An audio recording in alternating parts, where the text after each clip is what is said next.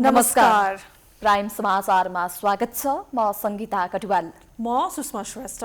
सुरु गरौँ अहिलेसम्मका प्रमुख समाचारबाट। संसद विघटन विरुद्ध संवैधानिक इजलासमा आज 7औं दिनको बहस सम्पन्न। राजपत्रमा प्रकाशित सूचना विवाददेखि सरकार गठन प्रक्रियासम्मका विषय उठान। कानून व्यवसायीको अपमान गरेको भन्दै प्रधानमन्त्री ओलीमाथि कारवाही गर्न नेपाल बारका 4 पूर्व अध्यक्षहरूको माग। अदालतको अवहेलना गरेको भन्दै सर्वोच्चमा निवेदन। दुई पटक मृगौला फेरेर पाङ्गो हुँदा पनि देशका लागि काम गरेको प्रधानमन्त्रीको टिप्पणी। अस्थिरता निम्ति आउने प्रयास भएकाले जनतामा जाने निर्णय गरेको दावी।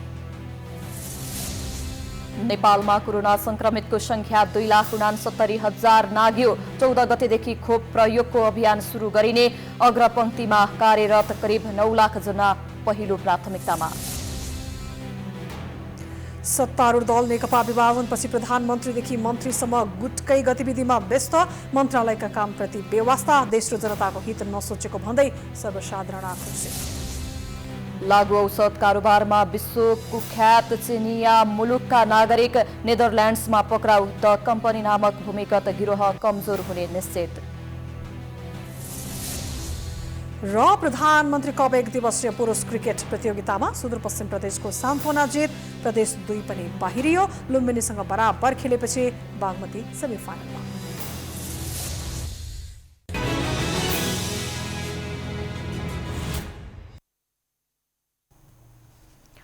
अब समाचार विस्तारमा। नेकपाको प्रचण्ड नेपाल समूहको स्थायी कमिटी बैठकले केपी शर्मा ओलीलाई पार्टी सदस्य समेत नरहने गरी कार्यवाही गरेको छ। पार्टी कार्यालय कोटेश्वर पेरिसटाडामा आइतबार बसेको स्थायी कमिटी बैठकले ओलीलाई पार्टी सदस्य समेत नरहने गरी हटाउने निर्णय गरेको हो। ओलीले पार्टीको नीति विपरीत गतिविधि बढाउँदै गएको भन्दै माघ 2 मा बसेको स्थायी कमिटी बैठकले उनलाई पार्टी सदस्यताबाट किन नहटाउने भनेर स्पष्टीकरण सोध्ने निर्णय गरेको थियो। माघ 5 मा उक्त पत्र प्रधानमन्त्रीको सरकारी निवास बालुवाटार पुगेर नेताहरूले बुझाएका थिए। ओलीलाई 3 दिनभित्र स्पष्टीकरण पत्र बुझाउन समय दिएको थियो, तर ओलीले स्पष्टीकरण नबुझाएपछि उनलाई आइतबारको बैठकले पार्टी सदस्यताबाट निष्कासन गर्ने निर्णय गरेको हो।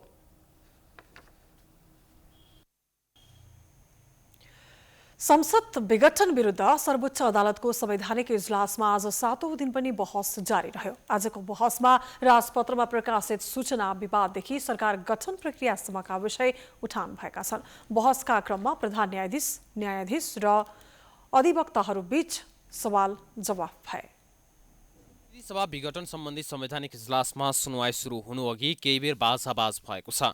आइतबार वरिष्ठ अधिवक्ता रमण श्रेष्ठले राजपत्रका बारेमा इजलासमा निवेदन पेश गरेपछि 2 मिनेट बोल्ने समय मागेपछि वकिलहरूबीच भनाभन भएको हो। इजलासले निवेदनको विषयमा आफ्नो पालामा मात्रै कुरा राख्न भनेको थियो। श्रेष्ठले कुरा गर्न खोजेपछि लगत्तै सरकारी वकिलहरूले बीच-बीचमा निवेदनहरू ल्याएर त्यसबारे बहस नगर्न भन्ने कुरा उठाएका थिए। लगत्तै सरकारी वकिलको तर्फबाट महान्यायाधिवक्ता अग्नि खरेल, वरिष्ठ अधिवक्ता सुशील पन्त अनि नायब महान्यायाधिवक्ता पद्मप्रसाद पाण्डेले श्रेष्ठलाई समय दिन नहुने भनेर उभिएर प्रतिवाद गरे। त्यसक्रममा दुवै पक्षबीच भनाभन जस्तो भएको थियो। इजलासले पछि समय दिने भनेपछि श्रेष्ठ पछि हटे। सरकारी वकिलहरू पनि आफ्नो स्थानमा बसे। पालो अनुसार निवेदक मध्येका वरिष्ठ अधिवक्ता दिनेश त्रिपाठीले बहस सुरु गरेका थिए। त्रिपाठीले अर्को सरकार बन्न सक्दैन भनेर संसद बाहिर दाबी गर्ने अधिकार प्रधानमन्त्रीलाई नभएको बताए। वरिष्ठ अधिवक्ता त्रिपाठीले सरकार बन्न सक्छ कि सक्दैन भनेर संसदमा परीक्षण गर्नुपर्ने बताए। अर्को सरकार बन्न सक्दैन भन्ने प्रधानमन्त्रीको दाबी राजनीतिक भएको भन्दै उनले उक्त कुराको टेस्ट बालुवाटारबाट र टेलिभिजन अन्तर्वार्ताबाट नहुने बताए। प्रधानमन्त्री विरुद्ध अविश्वास प्रस्ताव ल्याउन पाउनु संसदको अधिकार भएको उनले बताए। बहसका क्रममा त्रिपाठीले संसद विघटनको विषयमा अहिलेको संविधान सबैभन्दा प्रष्ट रहेको बताए। आइतबारको बहसमा न्यायाधीश स्वप्ना प्रधान मल्लले प्रतिनिधि सभा विघटनका क्रममा प्रधानमन्त्री केपी शर्मा ओलीले कहाँनेर बदनियत राखेको हो भनेर सोधेकी छन्। नेकपा संसदीय दलका प्रमुख सचेतक देवप्रसाद गुरुङ लगायतले प्रतिनिधि सभा विघटन गर्ने प्रधानमन्त्रीको कदम विरुद्ध सर्वोच्च अदालतमा दर्ता गराएको मुद्दामाथिको सुनवाई सुरु हुने क्रममा न्यायाधीश मल्लले उक्त प्रश्न गरेकी हुन्। आइतबारको बहसमा अधिवक्ता वीरेन्द्र कुमार ठाकुरले प्रधानमन्त्री र राष्ट्रपतिको योग्यतामाथि प्रश्न उठाएपछि उनलाई इजलासले विषयमा केन्द्रित हुन ध्यानाकर्षण गराएको छ। संवैधानिक इजलासमा भइरहेको बहसमा ठाकुरले संसद विघटन सिफारिस गर्ने र अनुमोदन गर्ने राष्ट्रपतिको शैक्षिक योग्यतामाथि प्रश्न उठाएका थिए। त्यसपछि न्यायाधीश अनिल सिन्हाले उनलाई व्यक्तिगत आक्षेप लगाउन उपयुक्त नहुने भन्दै विषय केन्द्रित हुन निर्देशन दिए। न्यायाधीशले रोके पनि अधिवक्ता ठाकुरले योग्यताकै विषयमा निरन्तर बोलेपछि प्रधान न्यायाधीश चोलेन्द्र शमशेर जवराले रोकेका थिए। अधिवक्ता ठाकुर बोल्दै गर्दा न्यायाधीश विशम्बर श्रेष्ठले उनलाई समय सकियो, टु दी पोइन्ट आउनुस् भन्दै गर्दा प्रधान न्यायाधीश जवराले अर्को अधिवक्तालाई समय दिनु निर्देशन दिए। ठाकुरले आफ्नो बहसका क्रममा प्रतिनिधि सभा विघटनलाई गैरकानुनी भन्दै संविधानको मूल्य मान्यता ग्रहण नगरिकन विघटन गर्ने अधिकार कसैलाई नभएको जिकिर गरे। प्रधानमन्त्री ओलीमाथि एकपछि अर्को गम्भीर आरोप लागिरहेको छ। सार्वजनिक कार्यक्रममा अदालत, बुद्धिजीवी, पत्रकार, नागरिक समाज लगायत सबैलाई असामान्य टिप्पणी गर्दै आएका छन्। पछिल्लो समय सर्वोच्च अदालत र संवैधानिक इजलासकै अपमान गरेको भन्दै नेपाल बार एसोसिएसनका 4 पूर्व अध्यक्षहरूले ओलीलाई कारबाहीको माग गरेका छन्। प्रधानमन्त्री केपी शर्मा ओलीले वरिष्ठ अधिवक्ता कृष्णप्रसाद भण्डारीको मानमर्दन गरेको भन्दै नेपाल बार एसोसिएसनका 4 पूर्व अध्यक्षहरूले आपत्ति जनाएका छन्। उनीहरूले आइतबार संयुक्त वक्तव्य जारी गर्दै प्रधानमन्त्रीको अभिव्यक्ति कानून व्यवसायमाथिकै निर्लज्ज प्रहार भएको बताएका छन्। वरिष्ठ अधिवक्ता हरिहर दाहाल, शम्भु थापा, प्रेमबहादुर खड्का र शेरबहादुर केसीले संयुक्त विज्ञप्ति निकालेर प्रधानमन्त्रीको अभिव्यक्तिप्रति आपत्ति जनाएका हुन्। प्रधानमन्त्रीलाई सार्वजनिक क्षमायाचना गर्न र अदालतको अवहेलना जन्य कार्य गरे बाबत जवाफदेही बनाउन सम्बन्धित निकायको ध्यानाकर्षण गराइएको छ। संसद पुनर्स्थापनाको पक्षमा बहस गरेका वरिष्ठ अधिवक्ता कृष्णप्रसाद भण्डारीलाई लक्षित गरेर प्रधानमन्त्री ओलीले एकजना बाजे वकिललाई लिएर तमासा गर्न गएछन् भनेका थिए। सोही अभिव्यक्तिप्रति लक्षित गर्दै उनीहरूले राजतन्त्रकालमा समेत यस्तो निर्लज्ज प्रहार नगरिएको टिप्पणी गरेका छन्। कानून व्यवसायका सबैभन्दा ज्येष्ठ सदस्यको अपमान र मानमर्दन भएको उनीहरूको ठहर छ। उनीहरूको विज्ञप्तिमा भनिएको छ, प्रधानमन्त्रीद्वारा अभिव्यक्त एकजना बाजे वकिललाई पनि लिएर गएछन् बहस गर्न, के तमासा गरेको हो यो भन्ने अभिव्यक्ति र वकिलले कुरा फिट्याफिटै छन् तर ढुक्काउनुहोस् प्रतिनिधि सभा पुनर्स्थापना हुँदैन भन्ने अभिव्यक्ति तथा यसअघि पनि कानून व्यवसायलाई स्याल जस्तो म्याउम्याउ गरेको छन्। सर्वोच्च अदालतमा बहस गर्ने वकिललाई त्यति पनि थाहा नहुने के गर्छन् ती वकिलले भनी सार्वजनिक समारोहमा गरेका प्रधानमन्त्रीका अभिव्यक्तिले संविधानद्वारा संरक्षित कानून व्यवसायमाथि नै धावा बोलिएकाले लोकतन्त्रका पहरेदार कानून व्यवसायमाथिको यो प्रहारलाई मुखदर्शक भएर सहन गर्न सक्दैन। गत शुक्रबार आफू निकट कार्यकर्तामा सम्बोधन गर्दा ओलीले वरिष्ठ अधिवक्ता कृष्णप्रसाद भण्डारीलाई लक्षित गर्दै यस्तो भनेका थिए। वकिलले कुरा फिट्याफिटै छन् कोही वकिलहरू। एकजना बाजे वकिललाई पनि लिएर गएछन् त्यहाँ तमासा।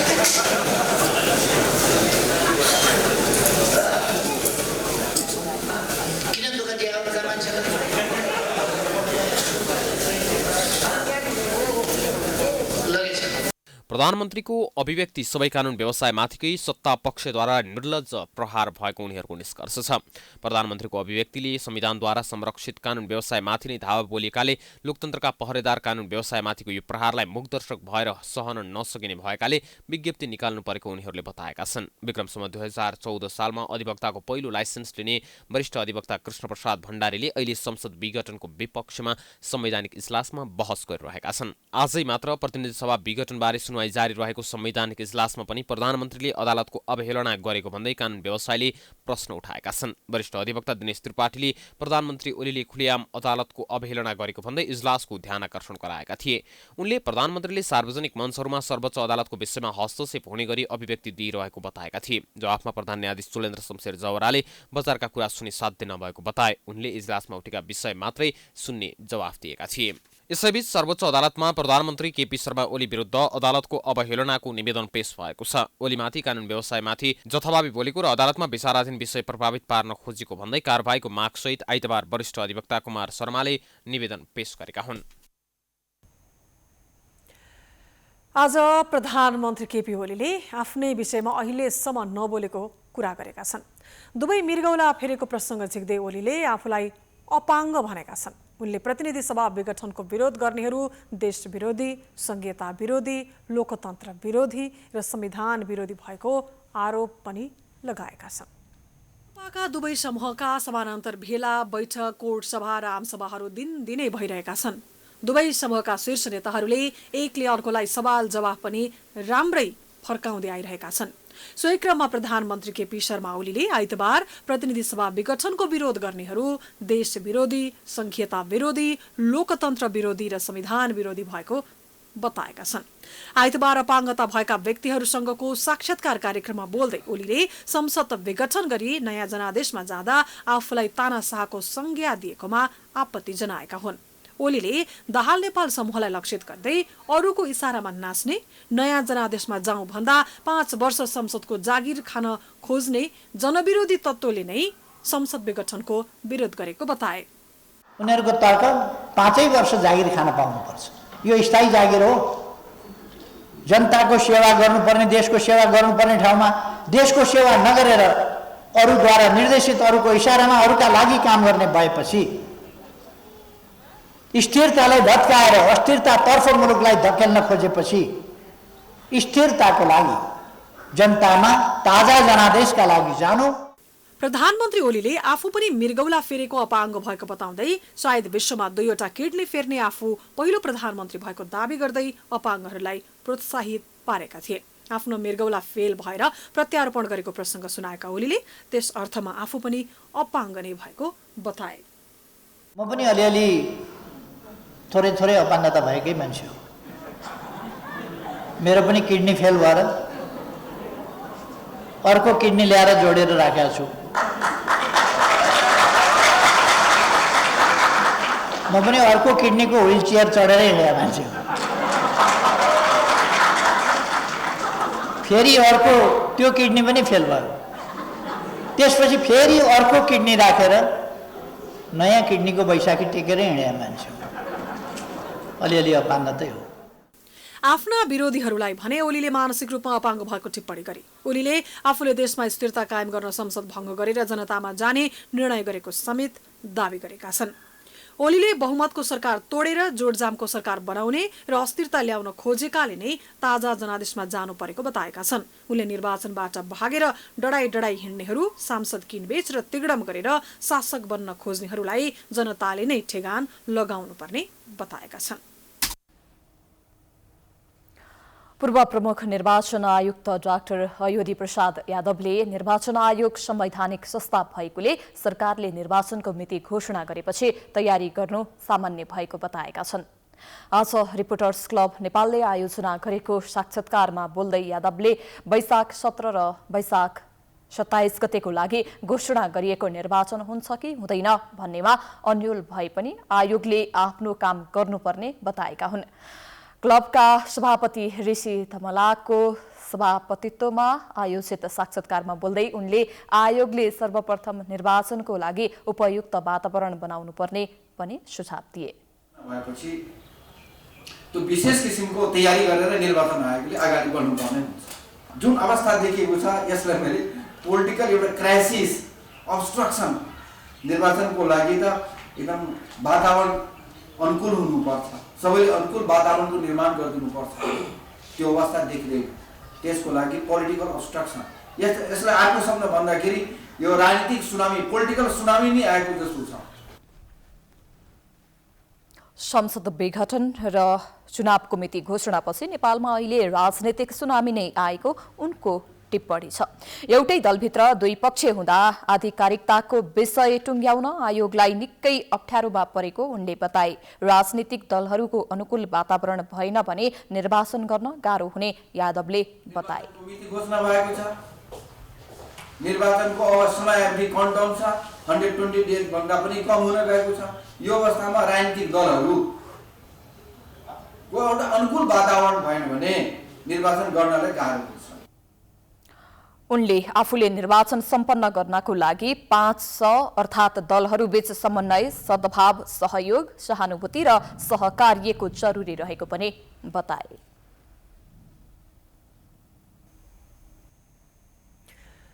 नेपालमा आइतबार थप 270 जनामा कोरोना भाइरस संक्रमण पुष्टि भएको छ। यो सँगै नेपालमा कोरोना संक्रमितको संख्या 2,69,450 पुगेको छ। त्यस्तै कोरोनाका कारण थप 7 जनाले ज्यान गुमाएका छन् भने हालसम्म नेपालमा 2001 जनाले कोरोनाका कारण ज्यान गुमाएका छन्। नेपालमा थप 403 जना कोरोना संक्रमित निको हुँदा हालसम्म 2,00,000 64,137ले कोरोनालाई जितेका छन्। नेपालमा हाल 3312 जना आइसोलेसनमा छन् भने 145 जना क्वारेन्टिनमा छन्। नेपालमा हालसम्म 20,43,255 वटा PCR परीक्षण गरिएको स्वास्थ्य तथा जनसङ्ख्या मन्त्रालयले जनाएको छ।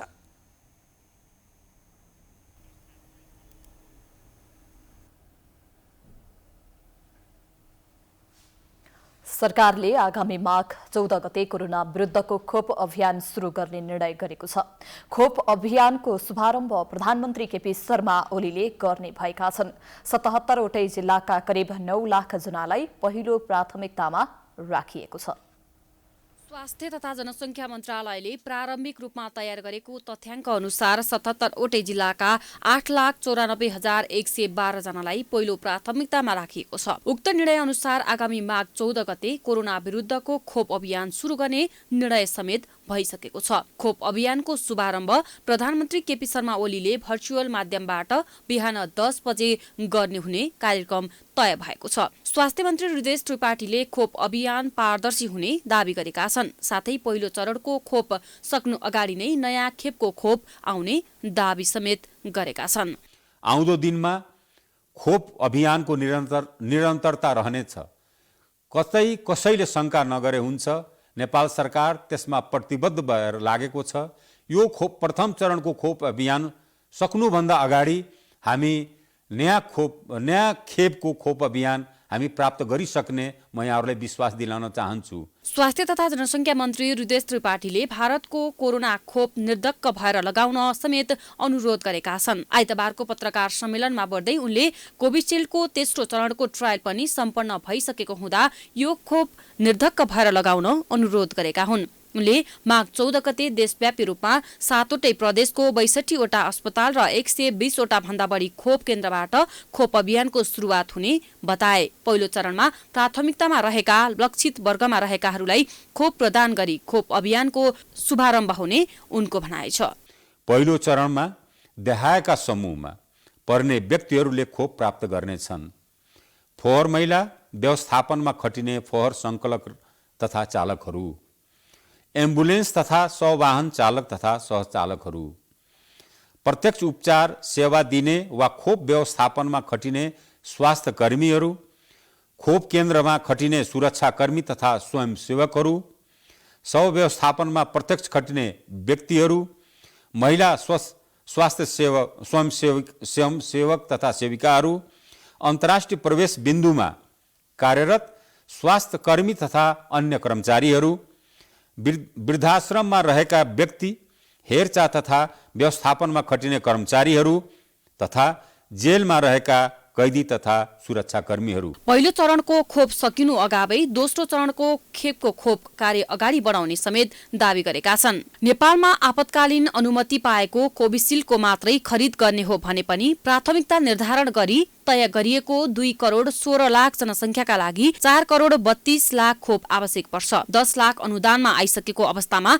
तत्काल पनि बाँकी 4 करोड 22 लाख खोप आवश्यक पर्छ।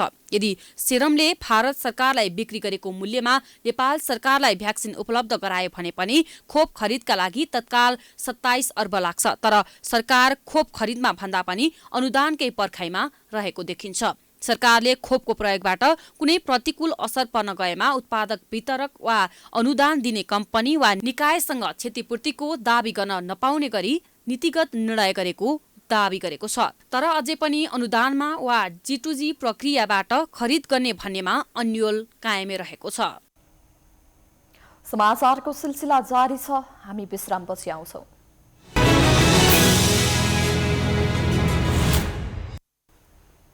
विश्रामपछि स्वागत छ। अब बाँकी समाचार। प्रतिनिधि सभा विघटनपछि काम चलाऊ भनेको सरकारका मन्त्रीहरू सरकारको काम भन्दा पार्टीको कार्यक्रममा धेरै समय दिने गर्छन्। पार्टी विभाजनपछि चिट्ठामा मन्त्री पद पाएकाहरू त झन् पार्टी नै बोकेर हिँडेको जस्तो गरिरहेका छन्। पहिले मन्त्री बनेकाहरूले पनि खासै काम गरेको देखिँदैन। महिनौदेखि सिंहदरबार नपसेका स्वयं प्रधानमन्त्री केपी ओली पनि अहिले कार्यकर्ताकै घेरामा सीमित देखिन्छन्। अहिले सरकारले के गरिरहेको छ भनेर एकपटक सोच्ने हो भने सरकार नै छैन र देश पार्टीले चलाएको अनुभूति हुन्छ। पार्टी दुई समूहमा विभाजित भएपछि सरकारमा रहेका र पछि थपिएका अधिकांश मन्त्रीहरू मन्त्रालय कम पार्टीका काममा धेरै केन्द्रित भएका छन्। मन्त्री मात्र होइन, प्रधानमन्त्रीको हालत पनि उस्तै छ। प्रधानमन्त्री ओली गत चैतदेखि सिंहदरबारमा पुगेका छैनन्। स्वास्थ्य अवस्थाको कारण सिंहदरबार जान नसकेको दावी गरिए पनि यो दावी अहिले झुट साबित बनाइदिएको छ। उनले पार्टीको काममा देखाएको अत्याधिक सक्रियता हेर्दा उनी सिंहदरबार जान नसक्ने अवस्थामा छैनन्। पार्टी भेला प्रशिक्षण गर्न सबैभन्दा धेरै उपप्रधानमन्त्री ईश्वर पोखरेललाई भ्याइ नभई छ। प्रधानमन्त्री ओलीपछि दोस्रो वरियतामा रहेका पोखरेल पुस 19 गते काठमाडौँबाट जिल्ला स्तरका कार्यक्रममा निस्केका हुन्। उनी प्रमुख अतिथि भएर सिन्धुपाल्चोकदेखि हेटौँडा उदय, सर्लाही, बारा, उदयपुर लगायत क्षेत्रमा हुने कार्यक्रममा सहभागी भए। पार्टी सचिवालय सदस्य समेत रहेका गृहमन्त्री रामबहादुर थापा बादल पार्टी निर्माण गर्ने दौडधुपमा लागेका छन्। प्रचण्डलाई छोडेर ओलीतिर पुगेका थापा पार्टी काममा निरन्तर लागेका छन्। पुस 9 गते अघिसम्म कतै नबोलेका थापा त्यसपछिका पार्टीका प्राय कार्यक्रममा सहभागिता जनाउने गरेका छन्। प्रचण्ड पक्षलाई छाडेर ओली पक्षमा लागेपछि ऊर्जा मन्त्रीको जिम्मेवारी पाएका टोपबहादुर रायमाझीको पारा पनि उस्तै छ। गत पुस 17 गते उपत्यका छाडेका रायमाझी 10-12 दिनपछि मात्र उनी काठमाडौँ फर्किएका थिए। उनले जिल्लामा पुगेर ओली पक्षको वकालत गरेका थिए। राजधानीमा हुँदा ओलीको सबै कार्यक्रममा पुगेका उनले 17 गते पोखराको कार्यक्रमलाई सम्बोधन गरेका थिए। त्यसपछि अर्घाखाँची हुँदै बुटवलको कार्यक्रमलाई समेत उनले सम्बोधन गरेका थिए।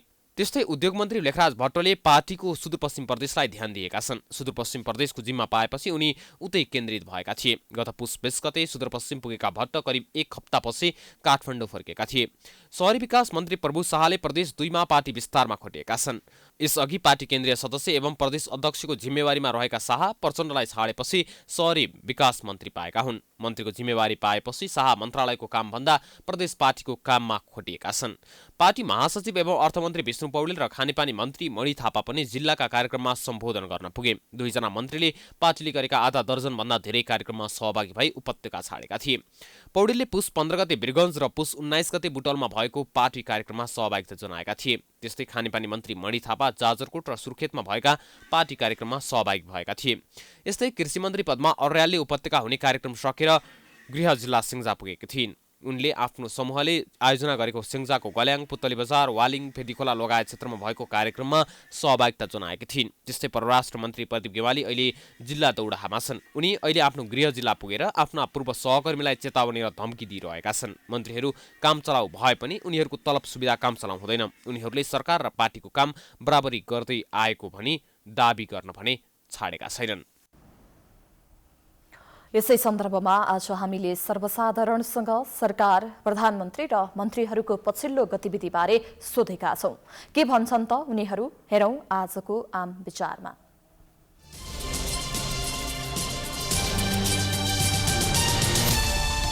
तपाईँको कस्तो हुन्छ भने एउटा बच्चा जन्मेपछि त्यो आफै 79 वर्षको पनि हुनसक्छ, 18 वर्षको पनि हुनसक्छ भनेको त्यसको एउटा नेचुरल ग्रोथ हुन्छ नि, त्यो हुने बाहेक उहाँहरूले के पनि गर्नु। कुनै पनि सरकारले, फेरि मैले पर्टिकुलर यसको चाहिँ विरोध गरेको होइन, मैले देखेको जुन बेलादेखि सरकार भन्ने फिल गरेँ त्यो बेलादेखि आजसम्म मैले कुनै पनि सरकारले, जुन अहिले भने नि मैले, बच्चाले तपाईँको 1 वर्षपछि 2 वर्ष भए जस्तो होइन कि 1बाट 3 हुने एक्सपेक्ट गर्छ नि त सरकारबाट त जनताले, होइन?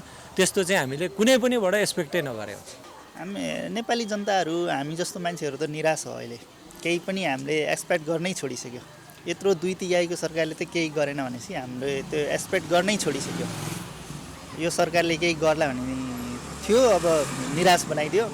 अब त झन् अब केही छँदै छैन। करहरू त्यत्तिकै थुपारिरहेछ जनताहरूलाई, होइन? अब यस्तो महँगी छ काठमाडौँमा। पछिल्लो लोकतान्त्रिक प्रक्रिया अनुसार भएन, भङ्ग गर्नु त राम्रो भएन। 5 वर्ष टोकेदेखि त मापदण्ड अनुसार त्यो भङ्ग चाहिँ बिचमा गर्नु त गलत हो। कुनै पनि काम चाहिँ ठिक लाग्दैन, किनकि सरकार अहिले चाहिँ यहाँ एउटा चाहिँ अब देश बच्नलाई चाहिँ अलिकति कोभिडले पनि अलिकति पछि पारिरहेको छ, होइन? त्यो हुँदाहुँदै पनि अहिले चाहिँ यहाँ हाम्रा चाहिँ नेताहरूले कुर्सीको लागि अहिले चाहिँ अब यो पार्टी चाहिँ अब चाहिँ फुटाउन लागिरहेछन्, होइन?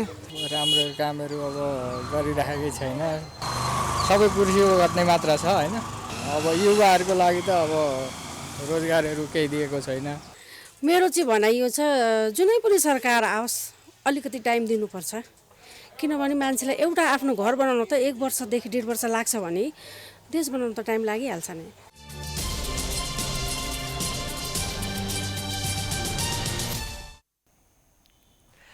प्राइम टाइम्स टेलिभिजनका अध्यक्ष ऋषि धमलाले प्रविधिको समयमा सामाजिक सञ्जालको महत्त्वपूर्ण भूमिका हुने बताएका छन्। राजधानीमा आयोजित एक कार्यक्रममा धमलाले समाज र देश परिवर्तनको लागि सामाजिक सञ्जाल अत्यन्तै जरुरी भएको बताएका हुन्।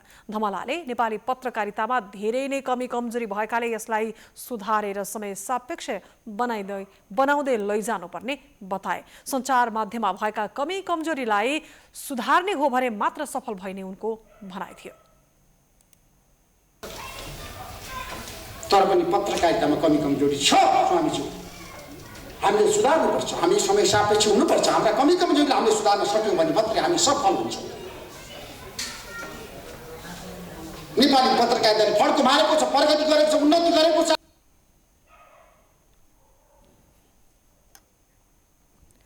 अबको नेतृत्वले देश र जनतालाई प्राथमिकतामा राखेर सोच्नुपर्ने धमलाको भनाइ छ। उनले देशको नेतृत्व गर्नेले अब आन्दोलन गर्नु पर्दैन भन्ने गरेको, तर सत्तामा गएपछि फेरि आन्दोलनमै होमिन किन बाध्य बनायो भनेर प्रश्न समेत गरेका थिए।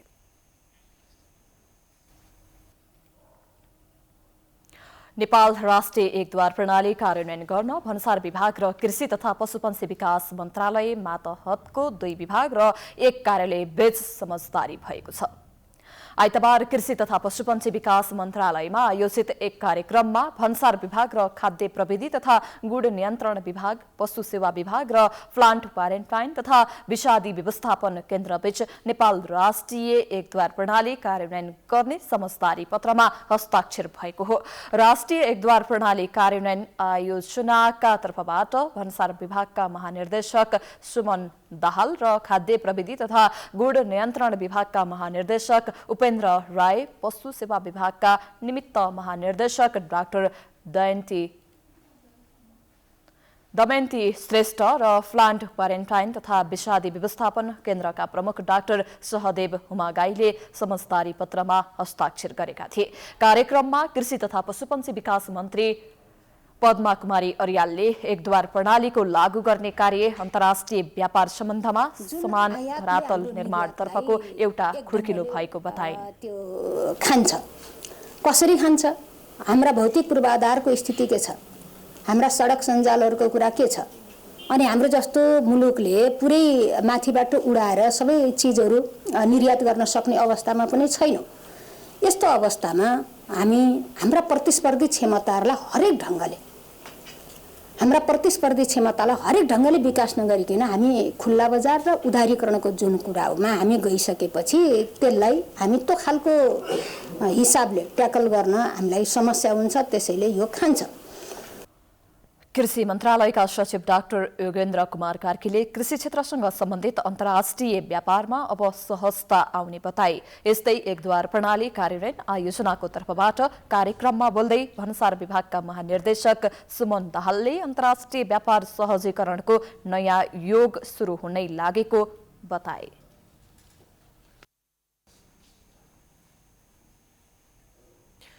नेपाल चीन सीमा स्तम्भहरूको जीपीएस कोर्डिनेट सार्वजनिक गर्नुपर्ने माग राख्दै राष्ट्रिय एकता अभियानले काठमाडौँ स्थित नापी विभागमा धरना दिएको छ। नेपाल चीन सीमामा स्थित 2 देशको सीमा छुट्याउने स्तम्भ नम्बर 11 र 12 को जीपीएस कोर्डिनेट सार्वजनिक नगरिएको भन्दै अभियानले आइतबारदेखि 3 दिनसम्म विभागमा धरना दिने जनाएको छ। अभियानका संयोजक विनय यादवले सीमानाको विषय उल्लेख गरेर सूचना मागे पनि अझै सूचना नदिएको र सार्वजनिक पनि नगरिएकाले धरना दिएको बताएका हुन्। नेपाल चीन सीमा स्तम्भहरूको पछिल्लो सुपरिवेक्षण कुन मितिमा भएको थियो लगायतका विषय पनि सार्वजनिक गर्नुपर्ने उनको भनाइ छ।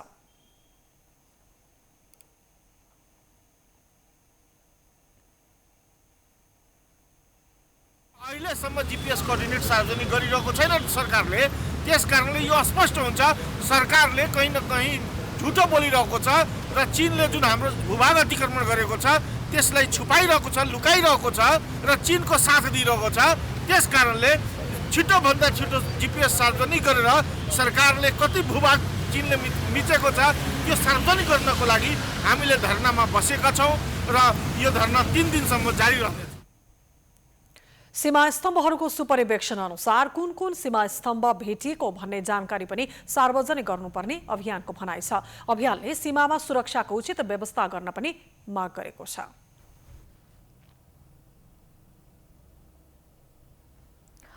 4 दिनदेखि बाक्लो हुस्सु र अत्याधिक चिसोका कारण रौतहट लगायत तराईको जनजीवन प्रभावित भएको छ।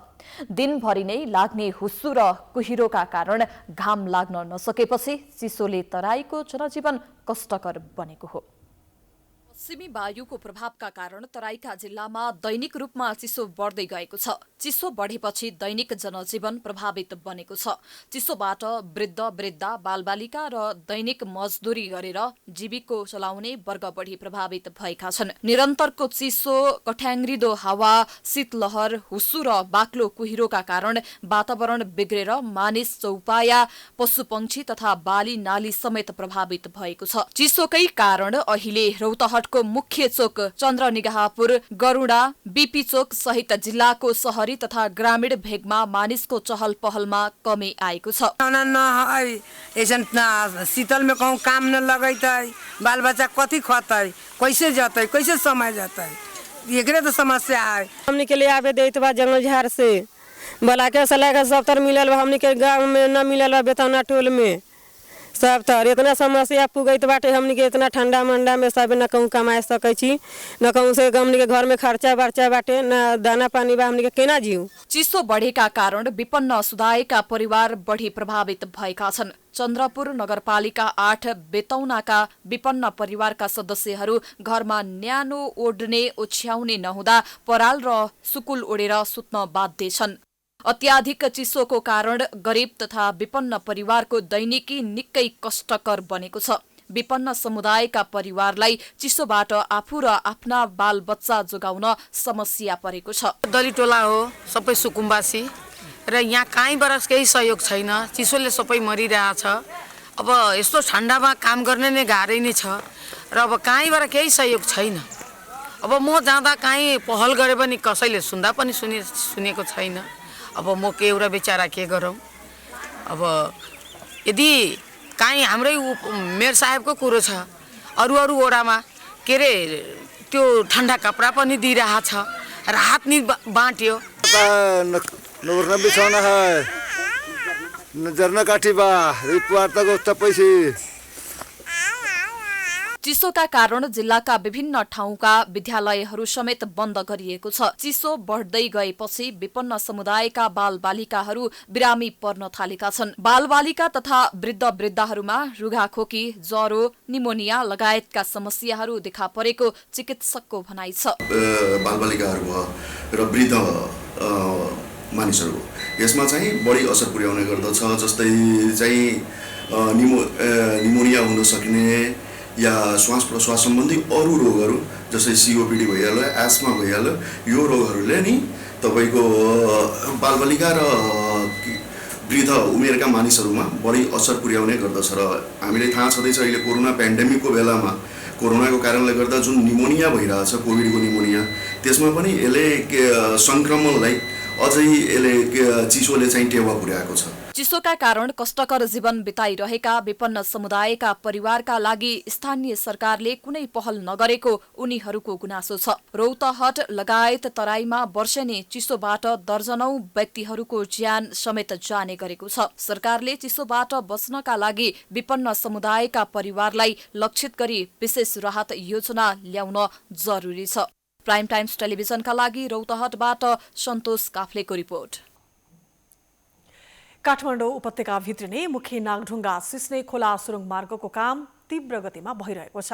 विश्वभरि फैलिएको कोरोना भाइरसको कारण लामो समय रोकिएको निर्माण कार्य बिहिबारदेखि पुनः सुरु भएको हो। धादिङबाट मात्र काम भइरहेको सुरुङको बिहिबारदेखि दुवैतर्फबाट काम सुरु गरिएको छ।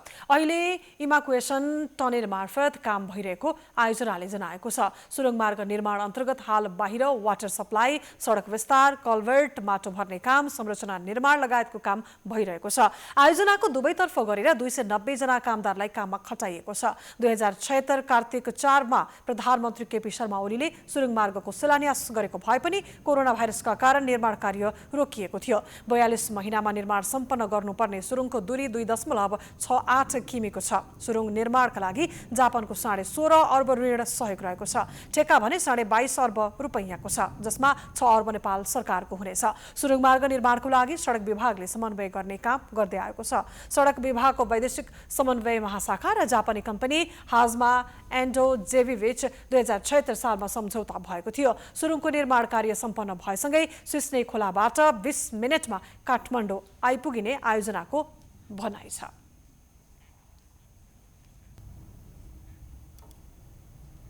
समाचारको सिलसिला अझै जारी छ, हामी विश्रामपछि आउँछौँ।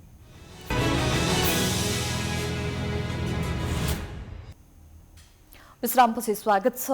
अब आर्थिक समाचार।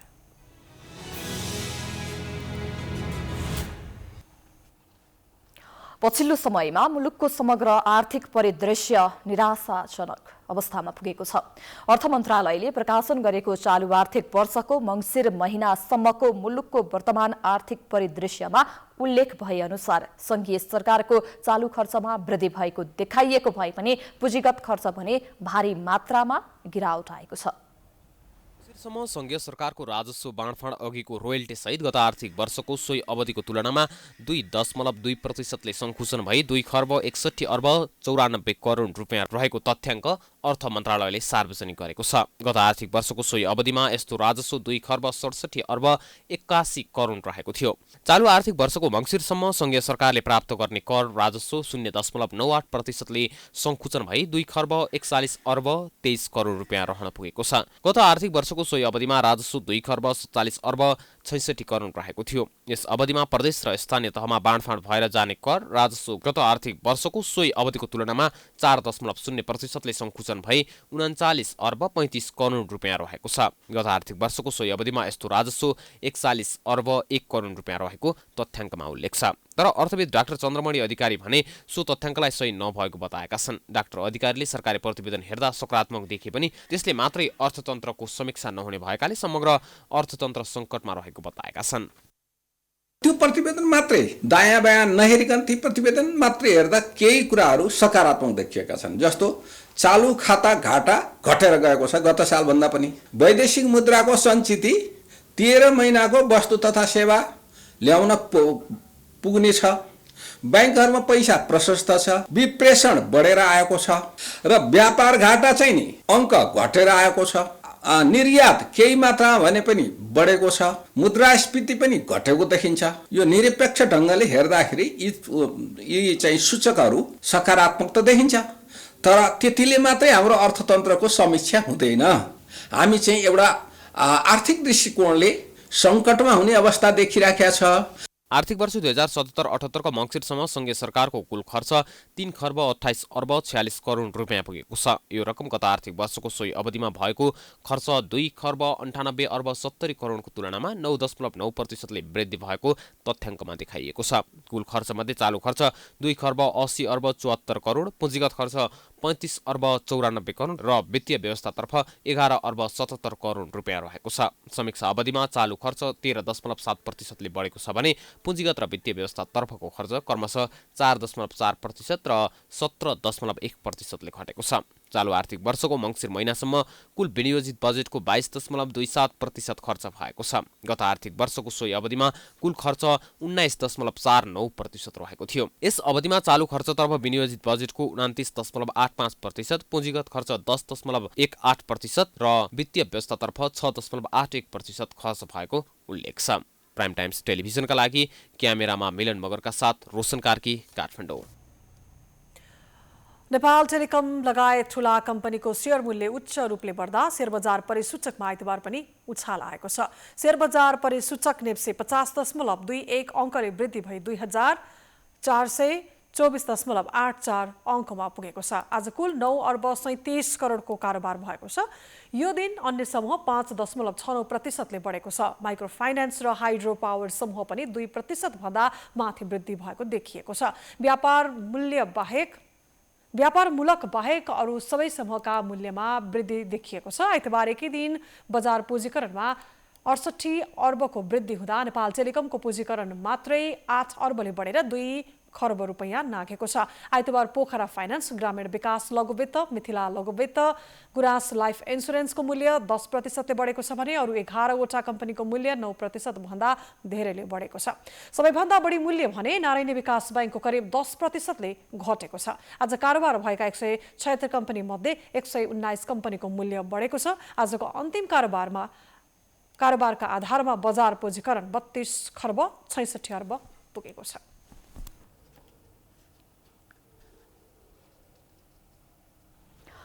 अर्थ मन्त्रालयले आर्थिक वर्ष 2077-78 को बजेटको अर्धवार्षिक समीक्षा गरेको छ। अर्थ मन्त्रालयले 2077 पुससम्ममा पुँजीगत खर्च 50 अर्ब 82 करोड रुपैयाँ र चालु खर्च 3 खर्ब 42 अर्ब 36 करोड रुपैयाँ र वित्तीय व्यवस्था 22 अर्ब 57 करोड रुपैयाँ प्रतिशत रहेको जानकारी दिएको छ। अर्थमन्त्री विष्णु पौडेलले 3 खर्ब 80 अर्ब रुपैयाँ, वैदेशिक अनुदान 5 अर्ब 61 करोड रुपैयाँ र वैदेशिक ऋण 30 अर्ब 4 करोड रुपैयाँ रहेको जानकारी दिएका छन्। अर्थमन्त्री पौडेलले कोभिड-19 को महामारीका बेला स्वास्थ्य सुरक्षा का मापदण्ड बनाएर विकासका कामका साथै पुँजीगत खर्च बढाउन अर्थ मन्त्रालयले सहजीकरण र छलफल गरेको भन्दै नीतिगत निर्णय र निर्देशनको अभावमा मात्र पुँजीगत खर्च कम नभई सम्बन्धित निकायको क्रियाशीलतामा कमी आएको आरोप लगाएका छन्। मन्त्री पौडेलले आफ्नो जिम्मेवारी पूरा गर्न र जवाफदेही बन्न समेत सबै पक्षलाई आग्रह समेत गरेका छन्। अब अन्तर्राष्ट्रिय समाचार।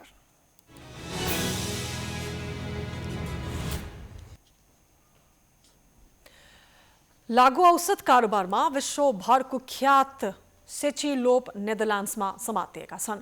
संसारमा सबैभन्दा बढी खोजी गरिएका फरार अभियुक्त मध्येका एक मानिने लोपलाई राजधानी स्थित स्किपोल विमानस्थलबाट पक्राउ गरिएको हो। एक दशक भन्दा अघिदेखि प्रहरीको निगरानीमा परेका उनी शुक्रबार क्यानाडातर्फ उड्न लागेका बेला पक्राउ परेका थिए। निजलाई पक्राउ गर्न अस्ट्रेलियन प्रहरीले इन्टरपोल गुहारेको थियो। सोही आधारमा निजलाई नेदरल्यान्ड्समा पक्राउ गरिएको हो। 56 वर्षीय लोपको अवैध साम्राज्यको आकारका कारण मेक्सिकोका लागु औषध कारोबारी वाकिल यल चापो गुजमानसँग तुलना गर्ने गरिन्छ। लोपले द कम्पनी नामक भूमिगत गिरोह चलाउने गरेका थिए। उक्त गिरोहले एसियाभर 70 अर्ब डलर बराबरको गैर कानुनी लागु औषध कारोबार गर्छ।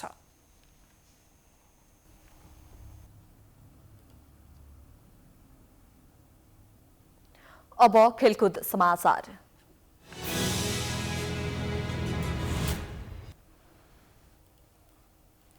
सुदूरपश्चिम प्रदेशले प्रधानमन्त्री कप एक दिवसीय पुरुष क्रिकेट प्रतियोगितामा सान्तोना जित निकालेको छ। आइतबार भएको समूह चरणको अन्तिम खेलमा प्रदेश 2लाई 3 विकेटले पराजित गर्दै सुदूरपश्चिमले सान्तोना जित निकालेको हो। टियु क्रिकेट मैदानमा प्रदेश 2ले दिएको 196 रनको लक्ष्य सुदूरपश्चिमले 33 ओभरमा 7 विकेट गुमाएर पूरा गर्यो। यसअघि टस हारेर पहिले ब्याटिङ गरेको प्रदेश 2ले 42 ओभरमा अल आउट हुँदै 195 रन बनायो। जितसँगै समूह बी सुदूरपश्चिमले 4 खेलमा 2 अङ्क जोड्यो। सुदूरपश्चिम प्रतियोगिताबाट यसअघि नै बाहिरिसकेको छ। यस हारसँगै प्रदेश 2 पनि प्रतियोगिताबाट बाहिरिएको छ। यस्तै बागमती प्रदेश प्रतियोगिताको सेमिफाइनलमा प्रवेश गरेको छ। मुलपानी क्रिकेट मैदानमा आइतबार लुम्बिनी प्रदेशसँग रोमाञ्चक बराबरी खेलेको बागमती सेमिफाइनलमा पुगेको हो। बागमतीले दिएको 221 रनको लक्ष्यसहित जवाफी ब्याटिङ गरेको लुम्बिनी 48 ओभरमा अल आउट हुँदै 220 रनमा समेटिएपछि खेल बराबरीमा टुङ्गिएको थियो। यसअघि टस जितेर पहिले ब्याटिङ गरेको बागमतीले 50 ओभरमा 9 विकेट गुमाएर 220 रन बनाएको थियो। लुम्बिनीसँगको खेल बराबरी भएसँगै समूह बी एपीएफले 4 खेलमा 7 अङ्क जोड्यो। एपीएफ समूह विजेताको रूपमा सेमिफाइनलमा समेत पुग्न सफल भयो।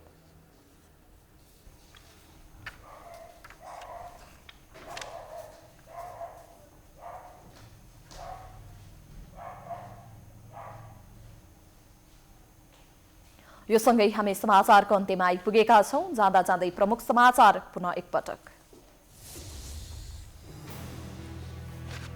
संसद विघटन विरुद्ध संवैधानिक इजलासमा आज 7औं दिनको बहस सम्पन्न। राजपत्रमा प्रकाशित सूचना विवाददेखि सरकार गठन प्रक्रियासम्मका विषय उठान।